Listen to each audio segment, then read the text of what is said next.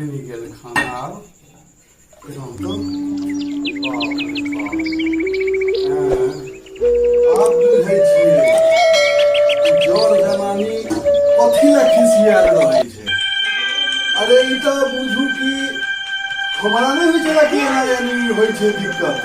ई तो हम सब जे बाहर काज करै छी से तो बुझियौ कि अहाँके ओ मेहनत कोनो मेहनत नहीं एकरा सामने छै। आइयो यानी आइ हमर कनिया नैहर चलि गेल, असगर छी घर में, सोचलहुँ हम कि हैया रोटी बना ली, केनाहितो 13 बोकली कऽ कऽ 3-4 गो रोटी बना लेलहुँ आ प्याज रखने छी, नून तेल मिला कऽ प्याज काटि कऽ रोटी प्याज खायब। यानी रोटी बनबैत बनबैत थाकि गेल मोन, एकदम से थाकि गेल।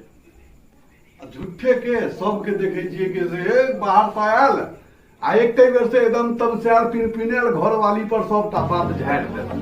जते रहल ओकरा मोन में विकार, जते रहल ओकरा लोक के दोसर अभावक तामस, हवा खराब छै तकर तामस, से बुझियो घर वाली पर झाड़ि देल। अहाँ जकरा घर में बियाह कऽ कऽ लेलियै आ बियाह केला के बाद ओकर निर्वाहन नहीं बढ़िया से करे छी तो ओकर तकलीफ नहीं हेतै। वाह नहीं, या तो ओ बाहर जाइ छै कमाए के लेल तैयो अहाँके दिक्कत होइया। एना नहीं होबाक चाही, एना नहीं होबाक चाही। तो किछु आदमी पी खा कऽ ओकर बात के अनसुना कऽ कऽ तमसा कऽ ओकरा घिसिया घिसिया कऽ मारै छथिन। ई व्यवहार नहीं बढ़िया छै। आब सबके तो अपन अपन विचार, आब तो तेहन हवा छै गाँव घर के जे कि ककरो बारे में किछु अगर बाजू तो कहत कि तू बाजे वाला बीच में के छै। ई तो भेलै कपर फरौवल वाला, यानी मोटका लाठी वाला बात कि यानी हम किछु करी हमरा नहीं टोकै केओ, हम अपना घर में करै छी। नहीं, ई सब मनुखक लक्षण नहीं छै।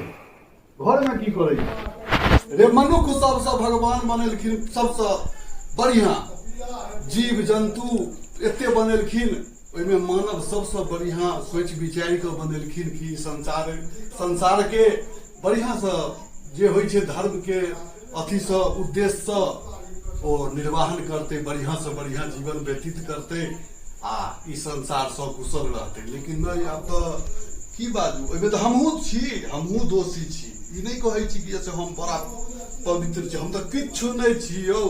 हम तो बुझू की कहू मित्रगण, सब बुझते छियै।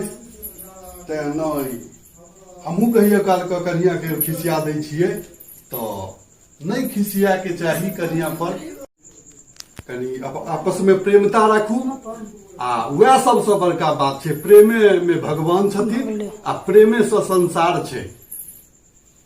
तें दुआरे जय मिथिला, जय मैथिली, जय भारत माता। आप अगला वीडियो में आगा कहब। धन्यवाद।